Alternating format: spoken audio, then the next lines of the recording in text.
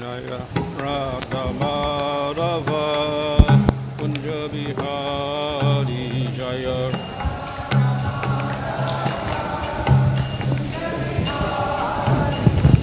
Gopi Janavalabha Girivardhari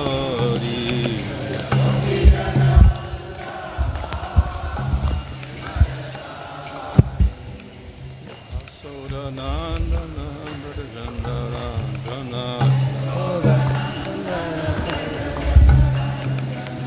Jamuna Tira Vanachari Jamuna Tira Jaya Radha Madhava Kunja Bihari Jaya Radha Madhava Hare Krishna Krishna Krishna Hare Hare Hare Rama Rama Rama Hare Hare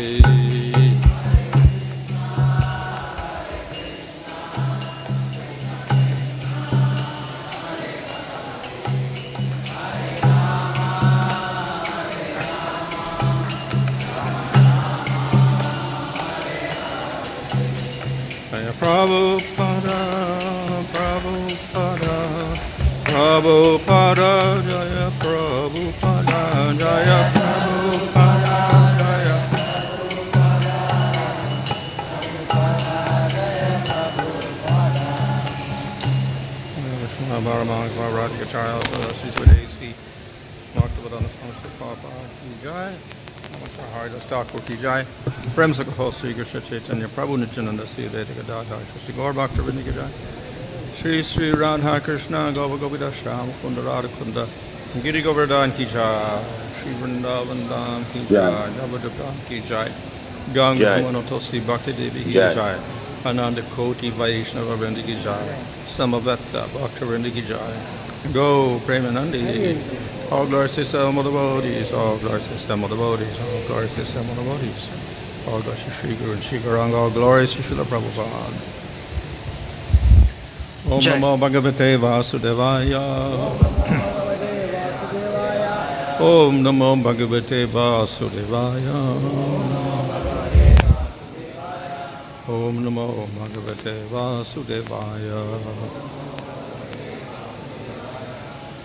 Namo Om Vishnupadaya Krishna Prasthaya Bhutale Srimate Bhaktivedanta Swami Niti Namane Namaste Saraswati Devi Gauravani Pracharadane Nirvasesha Shunyavadi Paschatya Desha Tarane Sri Krishna Chaitanya Prabhu Nityananda Sri Advaita Gadadhar Srivasadi Gaur Bhakta Vrinda Hare Krishna Krishna Krishna Hare Hare Hare Rama Rama Rama Hare Hare.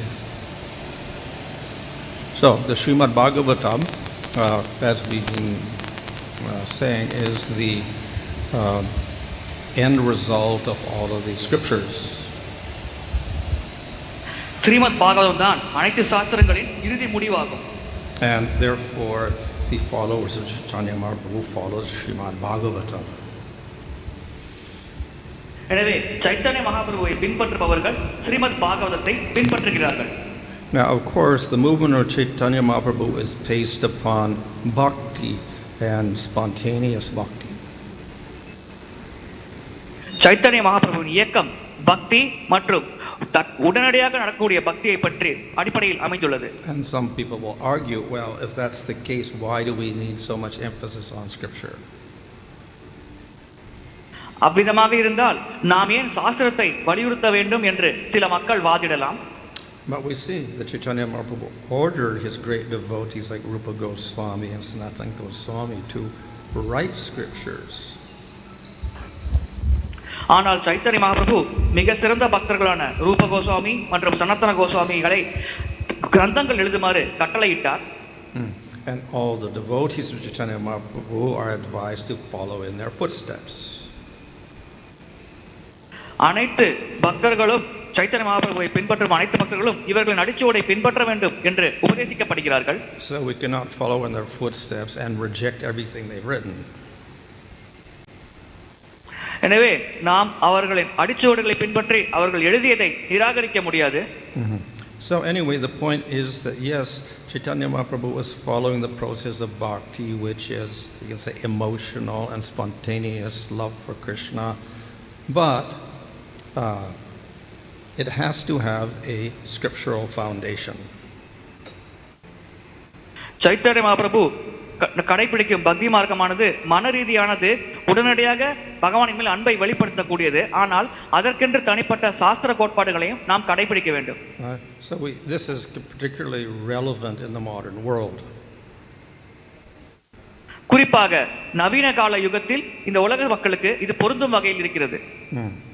Now, of course, in the tradition of India, there's nothing surprising because over and over scripture has been emphasized. இந்தியாவை பொறுத்தவரை இது ஆச்சரியப்படக்கூடிய ஒரு விஷயம் அல்ல. ஏனென்றால் மீண்டும் மீண்டும் சாஸ்திரங்கள் தான் இந்த நாட்டில் வலியுறுத்தப்பட்டுள்ளது. And India has the oldest scriptures in the world. உலகிலேயே மிக பழமையான சாஸ்திரங்கள் அனைத்தும் இந்தியாவில் உள்ளது. They are much older than any other of the current religious scriptures in the world. தற்காலத்தில் உலகத்தில் பின்பற்றும் மதங்களின் சாஸ்திர புத்தகங்களை விட இந்தியாவில் இருக்கும் சாஸ்திர புத்தகங்கள் மிக மிக பழமையானது. At the same time, the literature is very vast. அதே சமயத்தில் அந்த சாஸ்திரங்கள் மிகவும் பெரியது. So we have 4 Vedas, which are big in themselves, which have 4 divisions, and they have different angas as well. உதாரணத்திற்கு 4 பெரிய வேதங்கள் இருக்கிறது. அந்த ஒவ்வொரு வேதத்தும் 4ஆக பிரிக்கப்படுகிறது. அதன் பிறகு அதற்குள்ளே பல்வேறு அங்கங்கள் உள்ளது. Plus we have huge works like Mahabharata and Ramayana. Mahabharatam, Ramayanam போன்ற மிகப்பெரிய இதிகாசங்களும் உள்ளது. We have dharma scriptures like Manusmriti. Manusmriti போன்ற தர்ம சாஸ்திரங்களும் உள்ளது. And we have 18 Puranas. 18 புராணங்கள் உள்ளது. And 108 Pancharatric scriptures. 108 பஞ்சராத்திரிக சாஸ்திரங்கள் உள்ளது. So in ancient times, people were very familiar with all these scriptures. பழங்காலத்தில் மக்கள் அனைவரும் இந்த சாஸ்திரங்களில் கை தேர்ந்தவர்களாக இருந்தார்கள். In the modern world, of course, people are not so fond of scriptures. நவீன காலத்தில் மக்கள் சாஸ்திரங்கள் மேல் ஆர்வம் காட்டுவதில்லை. In fact, many people detest scriptures. பல மக்கள் சாஸ்திரங்களை பரிசோதித்து பார்க்க விரும்புகிறார்கள். And part of this is due to the fact that due to reliance on scriptures, people develop all sorts of misconceptions and false beliefs. இதற்கான ஒரு காரணம் சாஸ்திரங்களின் அடிப்படையில் மக்கள் பல மூட நம்பிக்கைகளை கடைபிடிக்கிறார்கள், தவறான நம்பிக்கைகளை உருவாக்கிக் கொள்கிறார்கள். So if one talks to a person who merely quotes scripture, one generally does not want to listen to that person. எனவே ஒரு சாஸ்திர மேற்கோள் காட்டி பேசினார் என்றால் அதை யாரும் கேட்க தயாராக இல்லை. But we see that even our acharyas in the present day, like Bhaktivinoda Thakur and Bhaktisiddhanta Saraswati Thakur and Srila Prabhupada, they were often quoting scriptures. ஆனால் நம்முடைய ஆச்சாரியர்கள் பக்தி வினோத் தாக்கூரர், பக்தி சித்தாந்த சரஸ்வதி தாக்கூரர், பிரபுபாதர் போன்ற ஆச்சாரியர்கள் அடிக்கடி சாஸ்திரத்திலிருந்து மேற்கோள் காட்டினார்கள். And the reason is that our beliefs have to have some solid basis. இதற்கான ஒரு காரணம் நம்முடைய நம்பிக்கைகள் அனைத்திற்கும் ஒரு வகையான அடித்தளம் தேவைப்பட்டுள்ளது. Of course, in the modern world, as I said, not only in India but in the Western world as well, people are not so favorable towards relying on scriptures. நவீன காலத்தில் இந்தியாவில் மட்டுமல்ல, மேற்குலக நாடுகளில் கூட மக்கள் சாஸ்திரத்தின் அடிப்படையில் வாழ்க்கை வாழ்வதற்கோ கடைபிடிப்பதற்கோ சாதகமாக இல்லை. And thus we have all sorts of movements that spring up with no reference to any scriptures. இதன் காரணமாகத்தான் சாஸ்திர கோட்பாடுகள் இல்லாமலேயே பல மதங்கள் உருவாகி உள்ளது.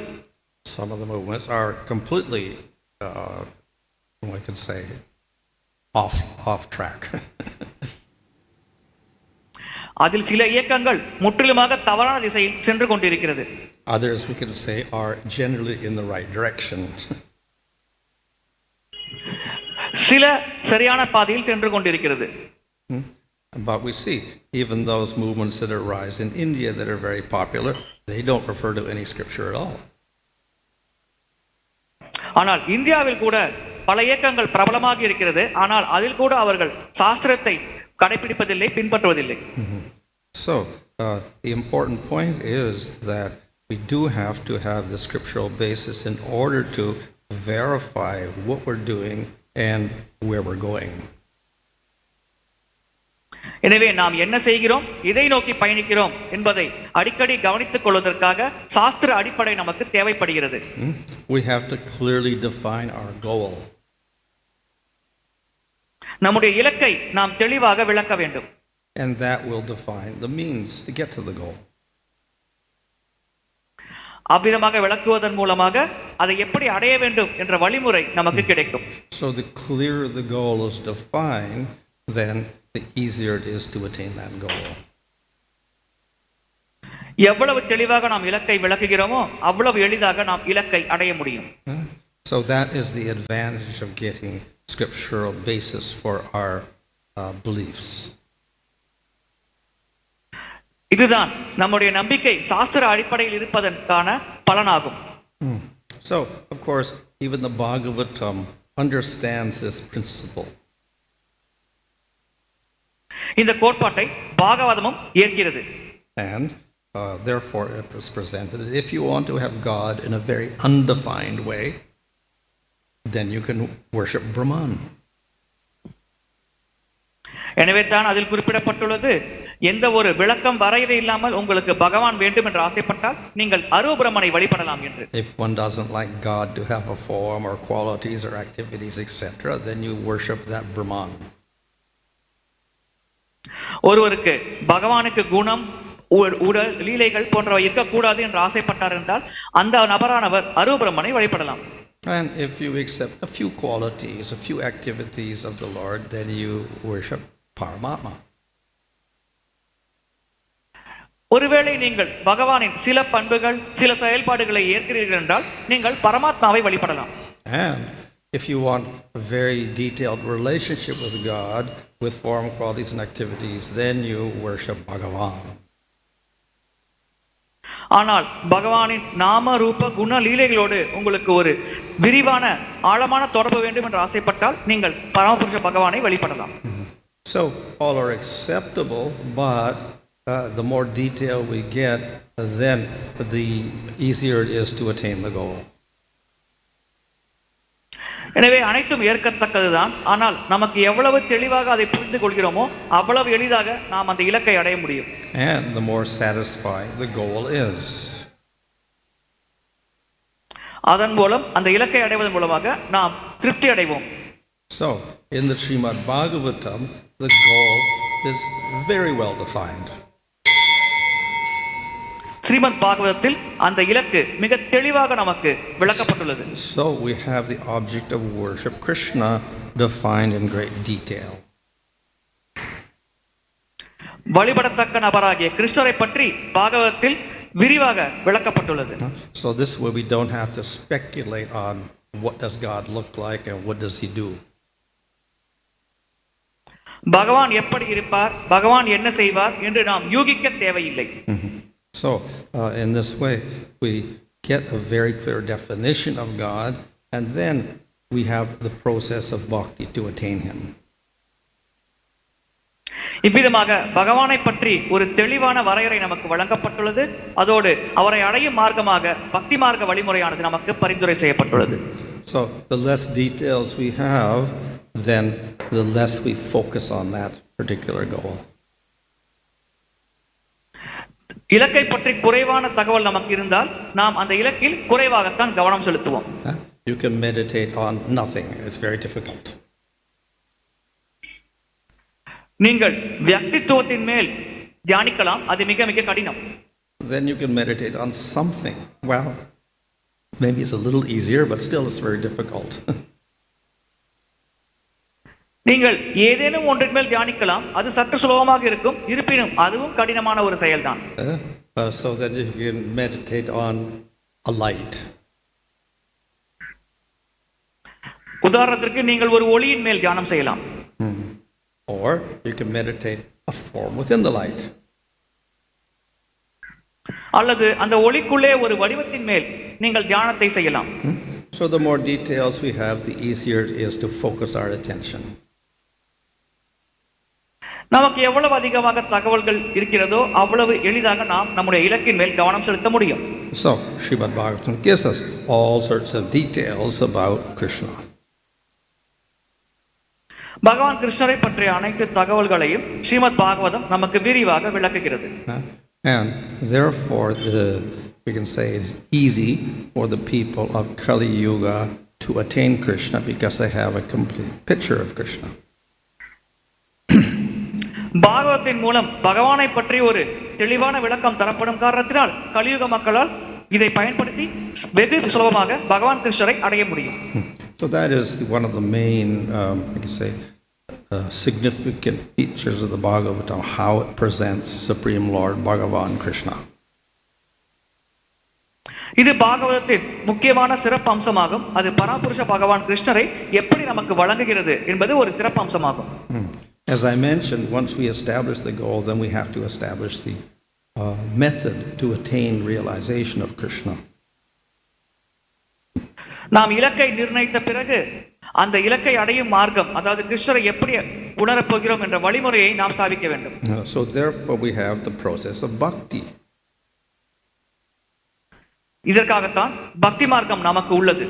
So Bhagavatam explains the process of bhakti.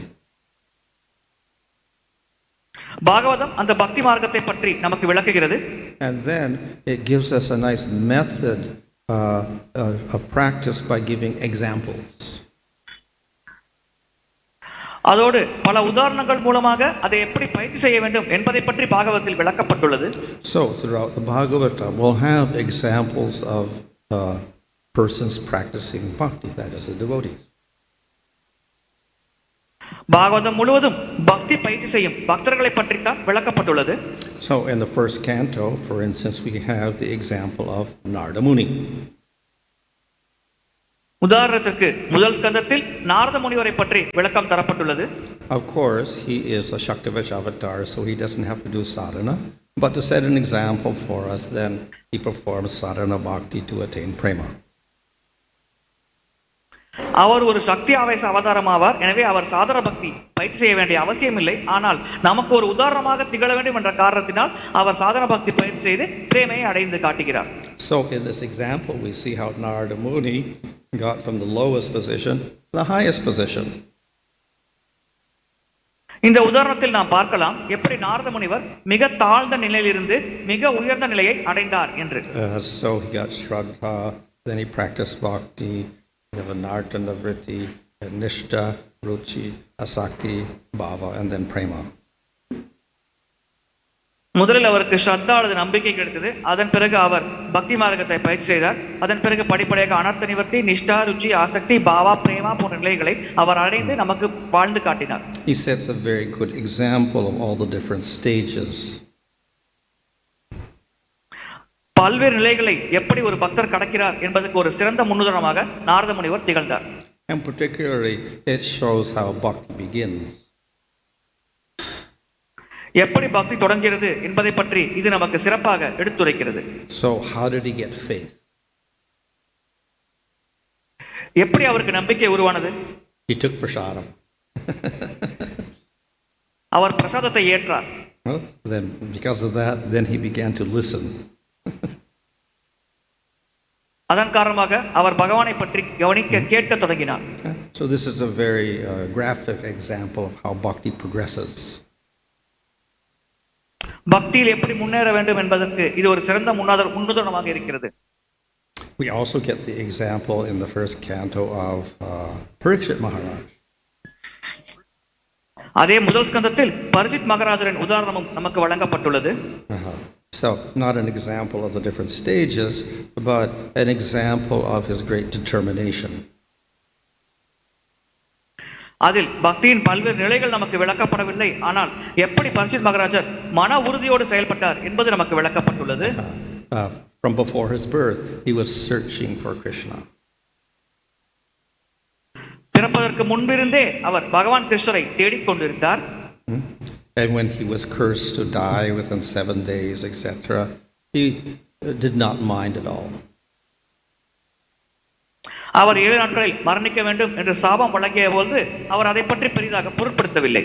And then he became completely absorbed in hearing the Srimad Bhagavatam. அதற்கு பிறகு அவர் ஸ்ரீமத் பாகவதத்தை கேட்பதில் முழுமையாக லயித்து ஈடுபட்டுக் கொண்டிருந்தார். So that he did not need food or water or anything. இதன் காரணமாக அவருக்கு ஆகாரம் நீர் போன்றவை தேவைப்படவில்லை. So it's a great example of determination to perform bhakti. எப்படி மன உறுதியோடு பக்தி சேவையை பயிற்சி செய்ய வேண்டும் என்பதற்கு இவர் ஒரு சிறந்த முன்னுதாரணமாக திகழ்கிறார். And of course, in the second canto we have Brahma. இரண்டாவது ஸ்கந்தத்தில் பிரம்மதேவரை பற்றி விளக்கப்பட்டுள்ளது. Of course, he is a guna avatar. அவர் ஒரு குண அவதாரம் ஆவார். But he's also a devotee. ஆனாலும் அவர் ஒரு பக்தரும் ஆவார். So, what did he do? He followed the instruction of the Lord and he meditated. பிரம்மதேவர் என்ன செய்தார்? பகவானின் உபதேசத்தை கடைபிடித்தார், தியானத்தில் ஈடுபட்டார். And as a result of the meditation, he saw the Lord. அந்த தியானத்தின் பயனாக அவர் பகவானின் தரிசனத்தை பெற்றார். But more than seeing the Lord, he got the 4 essential verses of Bhagavatam. பகவானை பார்ப்பதோடு மட்டுமல்லாமல் பாகவதத்தின் 4 முக்கியமான பலன்களையும் அவர் அடைந்தார். So, Brahma, in other words, was highly qualified, so he received the essence of the Bhagavatam from the Supreme Lord. வேறு விதமாக கூற வேண்டும் என்றால் பிரம்மதேவர் மிக மிக தகுதி வாய்ந்த நபர். எனவே அவர் பரமபுருஷ பகவானிடமிருந்தே பாகவதத்தின் சாரத்தை பெற்றார். So what did he do? Then he taught this to Narada Muni. Narada Muni taught it to Vedavyas, who taught it to Sukadeva Goswami. அதன் பிறகு பிரம்மதேவர் என்ன செய்தார்? அதை நாரத முனிவருக்கு போதித்தார். நாரத முனிவர் வேதவியாசருக்கு போதித்தார். வேதவியாசர் அந்த ஞானத்தை சுகதேவ கோஸ்வாமிக்கு வழங்கினார். In the third canto of Bhagavatam, we have, of course, the avatar Kapila-dev, who gives great teachings. Bhagavatam 3வது ஸ்கந்தத்தில் கபிலதேவரின் அவதாரத்தை பற்றி விளக்கப்பட்டுள்ளது. அவர் சிறந்த போதனைகளை நமக்கு வழங்குகிறார். But why does he teach? ஆனால் அவர் ஏன் போதிக்கிறார்? He taught because of the request of Devahuti, his mother. அவரின் அன்னை தேவகுதி விண்ணப்பித்து கேட்டுக்கொண்ட காரணத்தினால் அவர் இதை நமக்கு கற்பிக்கிறார். So she was a great devotee who got the Lord as her son, but then she was also willing to hear from the Supreme Lord. அவர் ஒரு சிறந்த பக்தர். எனவே பகவானையே தன்னுடைய மகனாக பெற்றார். அதே சமயத்தில் பரமபுருஷ பகவானிடமிருந்து கேட்க வேண்டும் என்று ஆசைப்பட்டார். அந்த பாக்கியத்தையும் அவர் பெற்றார். So, of course, Kapila gives many significant teachings in that third canto. அந்த 3வது ஸ்கந்தத்தில் கபிலதேவர் பல அற்புதமான போதனைகள் பற்றி கற்பித்துள்ளார். And all those teachings arose because of the inquiry, the prashna of Devahuti. தேவகுதி கேட்ட கேள்விக்கு பதில் தரும் வகையில் அந்த போதனைகள் அனைத்தும் அமைந்துள்ளது. In the 4th canto, we have the famous devotee Dhruva. 4வது ஸ்கந்தத்தில் பிரபலமான பக்தர் துருவ மகாராஜரை பற்றி விளக்கப்பட்டுள்ளது. So he was not doing pure bhakti; he was doing mixed bhakti. அவர் தூய பக்தி பயிற்சி செய்யவில்லை, கலப்பட பக்தி பயிற்சி செய்தார். But he got the mercy of Narada Muni, and then he realized the Lord. ஆனால் அவருக்கு நாரத முனிவரின் கருணை கிடைத்தது. அதன் பிறகு அவர் பகவானை உணர்ந்தார். So again, he shows great determination to follow the order of his spiritual master. அவரும் திடமான மன உறுதியோடு தன்னுடைய ஆன்மீக குருவின் கட்டளைகளை நிறைவேற்றினார். In the 5th canto, we have a nice example of Jada Bharat. ஐந்தாவது ஸ்கந்தத்தில் ஜடபரதரின் உதாரணத்தை பற்றி விளக்கப்பட்டுள்ளது. Who finally attained prema after becoming a deer, then it became Jadbharat, and then he gave mercy to King Rogana. அவர் மான் சரீரம் அடைந்தார். அதன் பிறகு ஜடபரதராக அடுத்த பிரிவில் சரீரம் அடைந்து பிரேமை அடைந்தார். அவர் தன்னுடைய கருணையை மன்னருக்கு வழங்கினார். There was no reason to give mercy to the king because the king was an offender. மன்னருக்கு கருணை வழங்க வேண்டும் என்ற எந்த அவசியமும் இல்லை, எந்த காரணமும் இல்லை. ஏனென்றால் அந்த மன்னர் ஒரு அபராதி. But Jadbharat was very, very merciful. ஆனால் ஜடபரதர் மிக மிக கருணை வாய்ந்தவர். So throughout the Bhagavatam we get many stories. In 6th canto we get Chitraketu, 7th canto of course we get Prahlad. Bhagavatam முழுவதும் பல பக்தர்களை பற்றி கதைகள் விளக்கப்பட்டுள்ளது. சித்திரகேதுவை பற்றி 6வது ஸ்கந்தத்தில் விளக்கப்பட்டுள்ளது. 7வது ஸ்கந்தத்தில் பிரகலாத் மகாராஜரை பற்றி விளக்கப்பட்டுள்ளது. And Prahlad is famous for remembering the Lord. பிரகலாதர் பகவானை பற்றி நினைவு கொள்வதற்காக புகழ் பெற்றார். So of course very, very strong devotee of the Lord, such that in spite of the fact that his father tried to throw him off a cliff and throw him to the Rakshasas, etc., all he did was remember the Lord. பிரகலாதர் ஒரு தீவிரமான பக்தர். அவருடைய தந்தை பல வழிகளில் அவருக்கு பல இன்னல்களை ஏற்படுத்தினார். மலை உச்சியிலிருந்து தள்ள முற்பட்டார். பாம்புகளுக்கு மத்தியில் பிரகலாதரை நிற்குமாறு செய்தார். இவ்விதமாக பல துன்பங்களுக்கு உட்படுத்தப்பட்டாலும் அவர் தீவிரமாக பகவானின் மேல் பக்தி சேவை செய்து கொண்டிருந்தார். 8th canto we get devotee Bali. 8வது ஸ்கந்தத்தில் பலி என்ற பக்தரை பற்றி விளக்கப்பட்டுள்ளது. He is an example of surrender, Atma Nivedana. அவர் சரணாகதி ஆத்ம நிவேதனத்திற்கு உதாரணமாக திகழ்ந்த பக்தர். We see that many of these devotees were actually born in demon families. பல பக்தர்கள் அசுர குடும்பத்தில் பிறந்திருப்பதை நம்மால் பார்க்க முடிகிறது.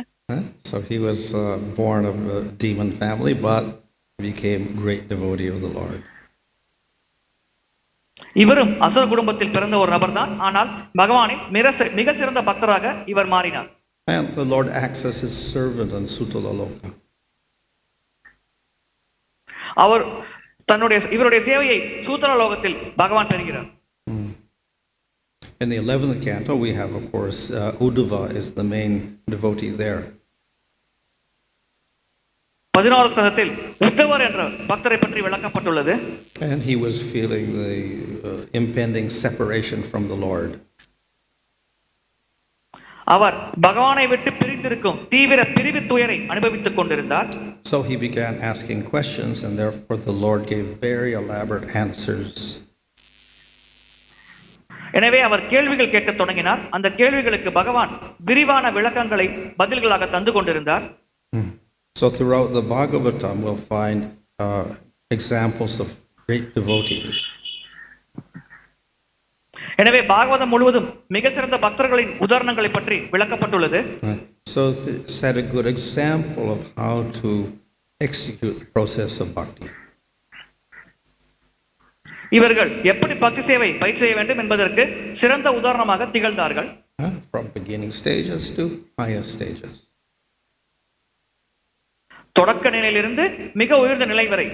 We see that Narada Muni or Dhruva, they began very humbly. நாம் பார்க்கலாம் நாரத முனிவர், துருவ மகாராஜர் மிக பணிவாக இந்த பாதையில் ஈடுபட்டார்கள். Or we have an example in the 6th canto of Ajamil, who wasn't even a devotee. 6வது ஸ்கந்தத்தில் பக்தர் அல்லாத அஜமேலன் உதாரணம் பற்றியும் விளக்கப்பட்டுள்ளது. So from all sorts of different backgrounds, they all attained the highest level of devotion. இவர்கள் அனைவரும் பல்வேறு பின்னணியில் இருந்து வந்தாலும் அனைவரும் மிக உயர்ந்த நிலைகளை பக்தியில் அடைந்தார்கள். And the more they advanced, the more absorbed they became in the process of bhakti. எவ்வளவு அதிகமாக அவர்கள் முன்னேறினார்களோ அவ்வளவு தீவிரமாக அவர்கள் இந்த பக்தி வழிமுறையில் மூழ்கினார்கள். So the Bhagavatam presents not only Krishna with all the details about Krishna, but also the process of bhakti through the example of as many devotees. Bhagavatam பகவான் கிருஷ்ணர் மற்றும் அவரின் குணாதிசயங்களை பற்றி மட்டும் நமக்கு விளக்கவில்லை, அதோடு சேர்த்து பக்தி வழிமுறை மற்றும் பல்வேறு சிறந்த பக்தர்கள் அதை எப்படி கடைபிடித்தார்கள் என்ற உதாரணத்தோடு அந்த விளக்கத்தையும் நமக்கு தருகிறது.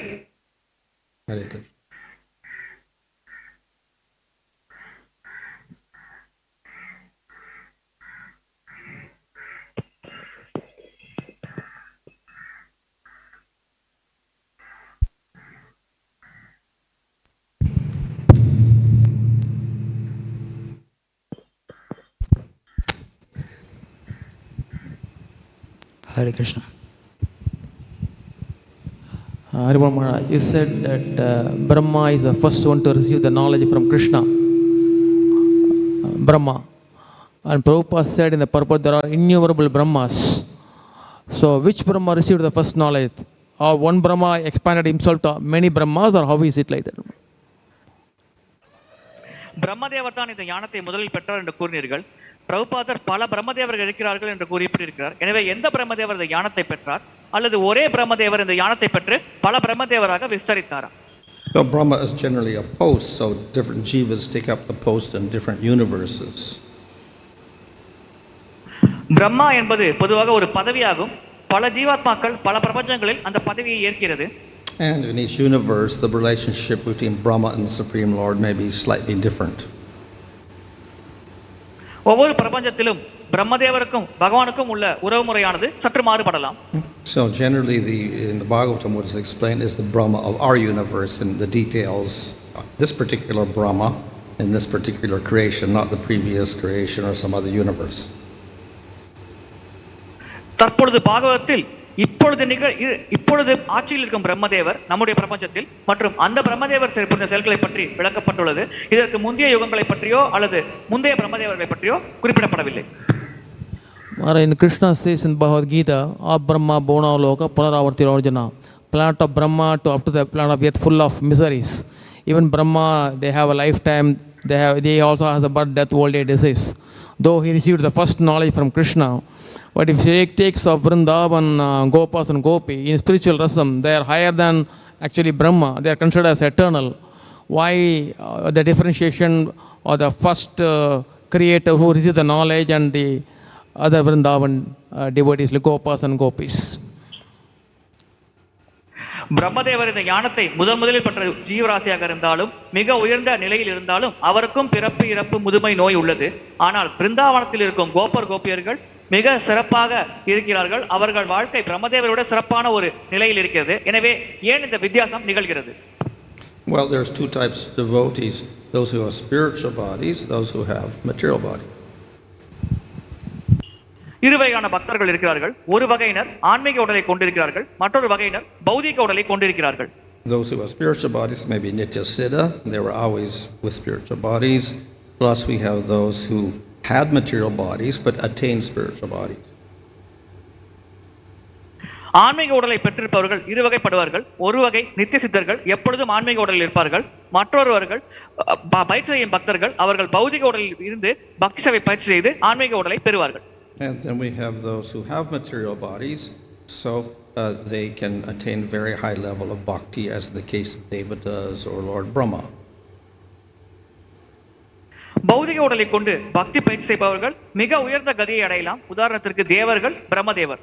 Or we have devotees in Vrindavan who still have material bodies but are on a very high level. அல்லது பிருந்தாவனத்தில் இருக்கும் பக்தர்கள், அவர்களுக்கு பௌதிக சரீரம் இருந்தாலும் மிக உயர்ந்த நிலையை பக்தியில் அவர்கள் வகிக்கிறார்கள். So at a certain point they will have to give up their material body, they will die. ஒரு குறிப்பிட்ட சமயத்தில் அவர்கள் பௌதிக உடலை கைவிட்டாக வேண்டும், அவர்கள் மரணிப்பார்கள். If they have prema, then of course they get spiritual body and go to the Lord. அவர்களுக்கு பிரேமை இருந்தால் அவர்களுக்கு ஆன்மீக உடல் கிடைத்து பகவானை அடைவார்கள். Hare Krishna Maharaj. Maharaj, whether Narada Muni became Nitya Siddha after serving the devotees through his mother, or he was earlier itself Nitya Siddha to glorify the devotees, it has explained like that. Narada முனிவர் தன்னுடைய அன்னை மூலமாக பக்தர்களுக்கு சேவை செய்து அதன் பிறகு நித்திய சித்தர் என்ற பதவியை அடைந்தாரா, அல்லது ஏற்கனவே அவர் நித்திய சித்தராக இருந்து பக்தர்களை மகிமைப்படுத்துவதற்காக இவ்விதமாக நமக்கு விளக்கப்பட்டுள்ளது. So Narada Muni is a Shaktivashavata of the Lord, and he has an eternal spiritual body. Narada முனிவர் பகவானின் சக்தி ஆவேச அவதாரம் ஆவார். அவருக்கு நித்தியமான ஆன்மீக சரீரம் தான் உள்ளது. But he manifests in the material world being born from Brahma. ஆனால் பௌதிக உலகத்தில் அவர் பிரம்மதேவரிடமிருந்து பிறந்ததாக வெளிப்படுத்துகிறார் தன்னை. But he still has a spiritual body. ஆனால் அவருக்கு ஆன்மீக சரீரம் தான் உள்ளது. And that body continues and manifests for the whole of Brahma's life. அந்த சரீரமானது பிரம்மதேவரின் வாழ்நாள் முழுவதும் வெளிப்படுகிறது. Plus it manifests in all the other millions and millions of universes as well. அதோடு அந்த சரீரம் பல கோடான கோடி பிரபஞ்சங்களில் வெளிப்படுகிறது. So the story told in the first canto, of course, is, we can say, a temporary form. He seems to be born, and then he gets association of the devotees, and he develops his bhakti. So that is just some sort of pastime. முதல் ஸ்கந்தத்தில் ஒரு விதமான லீலையை பற்றி விளக்கப்பட்டுள்ளது. அதாவது அவர் பிறப்பெடுக்கிறார், அதன் பிறகு பக்தர்களின் சங்கத்தை பெறுகிறார். இவ்விதமாக விளக்கப்பட்டுள்ளது ஒரு லீலை காரணமாக நமக்கு தரப்பட்ட விளக்கமாகும்.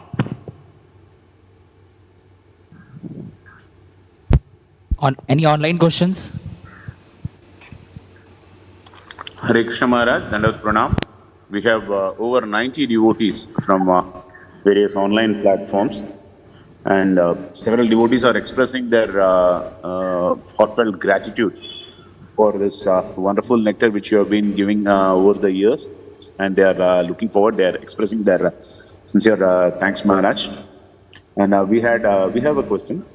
Like we see Sri Prahlad Maharaj, who is a great example for Smaranam. At the same time, in the other side, if we take the case of Pandavas or Maharani Kunti, with her from the material perspective, a very strange prayer to that Vipada Santota Shashwat, asking for more troubles.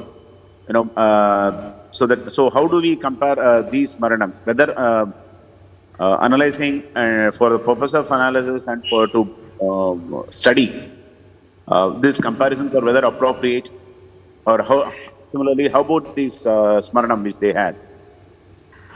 பல பக்தர்கள் ஸ்மரணம் செய்வதே பல வழிகளில் கடைபிடித்தார்கள். உதாரணத்திற்கு பிரகலாத் மகாராஜர் ஒரு வகையாக ஸ்மரணத்திற்கு உதாரணமாக இருந்தார். அதே சமயத்தில் பாண்டவர்களின் அன்னையான குந்தி மிக வினோதமான ஒரு பிரார்த்தனையை பகவானிற்கு வைத்தார். மீண்டும் மீண்டும் துன்பத்தை வழங்க வேண்டும், அதன் மூலம் நான் உன்னை நினைத்துக் கொண்டே இருக்க வேண்டும் என்று. எனவே இது போன்ற பக்தர்கள் நிலையை நாம் எப்படி புரிந்து கொள்வது?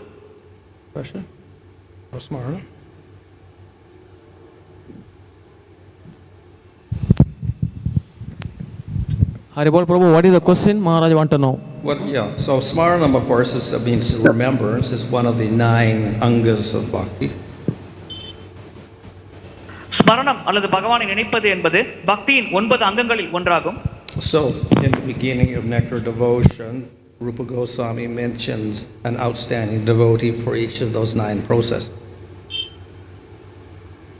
ரூப கோஸ்வாமி பக்தி ரசாமிர்த சிந்துவின் தொடக்கத்தில் ஒவ்வொரு வழிமுறைக்கும் சிறப்பான உதாரணமாக திகழ்ந்த பக்தர்களை பற்றி நமக்கு மேற்கோள் காட்டுகிறார். So he mentions Prahlad because we know that Prahlad was always remembering the Lord in spite of all of the harassment from his father. அவர் பிரகலாத் மகாராஜரை குறிப்பிட்டுள்ளார். அதன் காரணம் பிரகலாத் மகாராஜின் தந்தை பல துன்பங்களை அவருக்கு வழங்கினாலும் அந்த துன்பத்திற்கு மத்தியிலும் அவர் தொடர்ந்து பகவானை பற்றி நினைத்துக் கொண்டிருந்தார். But of course he chanted the name of the Lord also. He had association. He worshipped the Lord. He did many other angas as well. ஆனால் அவர் நாமஜபத்தில் ஈடுபட்டார், பக்தர்களின் சங்கத்தை பெற்றார், பகவானை வழிபட்டார். எனவே விதமாக வேறு பல செயல்களிலும் அவர் செய்தார். Or just as Parikshit is famous for hearing, but he didn't only hear, he was worshipping the Lord and doing so many other angas of bhakti also. Parishad கேட்பதற்கு பெயர் போனவர், ஆனால் அவர் கேட்பதை மட்டும் செய்யவில்லை, பக்தியின் பல்வேறு அங்கங்களை அவரும் பயிற்சி செய்து கொண்டிருந்தார். But often a devotee may concentrate on a particular anga which gives him some great advancement. ஆனால் பக்தர்கள் பொதுவாக ஒரு குறிப்பிட்ட அங்கத்தின் மேல் கவனம் செலுத்துவார்கள். அதன் மூலம் அவர்கள் வெகு விரைவாக அதிகமாக முன்னேற வேண்டும் என்ற பக்தியில் ஆசைப்படுவார்கள். In some cases, it may be difficult to find a particular anga that's stronger in a devotee than the other angas. சில சமயங்களில் ஒரு பக்தர் ஒரு குறிப்பிட்ட அங்கத்தை தீவிரமாக கடைபிடித்துக் கொண்டிருப்பார். அது எந்த அங்கம் என்று கண்டுபிடிப்பது கடினமான விஷயமாக இருக்கும். But of course, all the devotees will have smaranam because the essence of all the angas of bhakti is always remember the Lord, never forget Him. ஆனால் அனைத்து பக்தர்களும் ஸ்மரணம் என்ற ஒரு அங்கத்தை கடைபிடித்தாக வேண்டும். ஏனென்றால் பக்தியின் சாராம்சம் மற்றும் அந்த செயல்பாட்டின் சாராம்சமே பகவானை எப்பொழுதும் நினைவில் கொள்ள வேண்டும், எப்பொழுதும் பகவானை மறக்க கூடாது.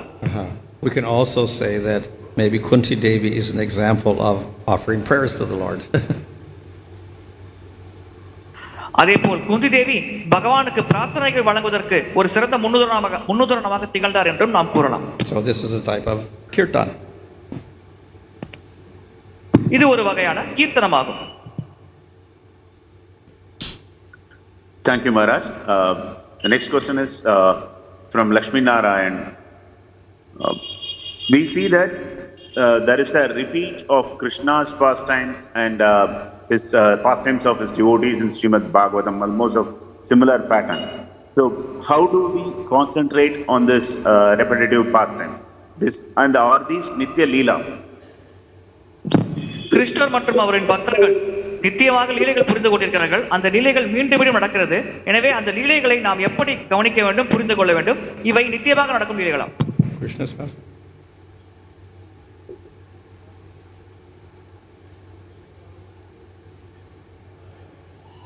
Question is, are these pastimes by the Lord and devotees Nitya Leela? Because they seem to repeat. And how do we concentrate? Well, the Lord, of course, everything that the Lord does is eternal. பகவான் செய்யும் அனைத்து செயல்களும் நித்தியமானது. So all the pastimes in Vrindavan or Dwarka, we can say, are eternal because everything, the actions of the Lord, His qualities, His forms are all eternal. Brindavanam மற்றும் துவாரகா லீலைகள் நித்தியமானது. ஏனென்றால் பகவானின் செயல்பாடுகள், பண்புகள் மற்றும் வடிவம் அனைத்தும் நித்தியமானது. However, there's also room for variations. இருப்பினும் இங்கே வகைப்பாடுகள் நடப்பதற்கும் சாத்தியம் உண்டு. So, there may be a Kurukshetra war in every universe with Krishna and the Pandavas, etc., but details will be different. ஒவ்வொரு பிரபஞ்சத்திலும் குருஷேத்திர போரானது கிருஷ்ணர் மற்றும் பாண்டவர்கள் அந்த போரில் ஈடுபடும் போல் அந்த லீலை நடக்கலாம். ஆனால் அந்த லீலையில் இருக்கும் தகவல்கள் மற்றும் விவரங்கள் சற்று மாறுபடலாம். Similarly, in every universe, Krishna will perform Govardhan Leela. அதேபோல் ஒவ்வொரு பிரபஞ்சத்திலும் கிருஷ்ணர் கோவர்த்தன லீலையை நிகழ்த்துவார். But the details may be different. ஆனால் அதை பற்றிய குறிப்புகள் மற்றும் விவரங்கள் சற்று மாறுபடலாம். But still, everything is eternal. இருப்பினும் அனைத்துமே நித்தியமானது. Thank you, Maharaj. The next question is from Srinivas Nitai Prabhu. Why Vritrasura's pastime is considered to be a special feature in Srimad Bhagavatam? Vritrasura லீலை ஏன் ஒரு சிறப்பம்சமாக பாகவதத்தில் கருதப்படுகிறது? Oh, I think special because it's mentioned in one of the Puranas when it describes the Bhagavatam, describes the Vritrasura pastime. ஒரு புராணம் மற்றும் பாகவதம் இந்த இரண்டு இடங்களிலும் விருத்ராசுரன் லீலையை பற்றி நமக்கு விளக்கம் தரப்பட்டுள்ளது. But of course, the real speciality of Bhagavatam are the pastimes of Krishna. ஆனால் பாகவதத்தின் உண்மையான விசேஷத்தன்மை என்னவென்றால் அது கிருஷ்ணன் லீலைகளை பற்றி நமக்கு விளக்குகிறது. So the 10th canto of Bhagavatam is the very unique feature of this Purana. இந்த பாகவத புராணத்தின் சிறப்பம்சம் 10வது ஸ்கந்தமாகும். Thank you so much, Maharaj. No more questions from online. Dandavat pranams.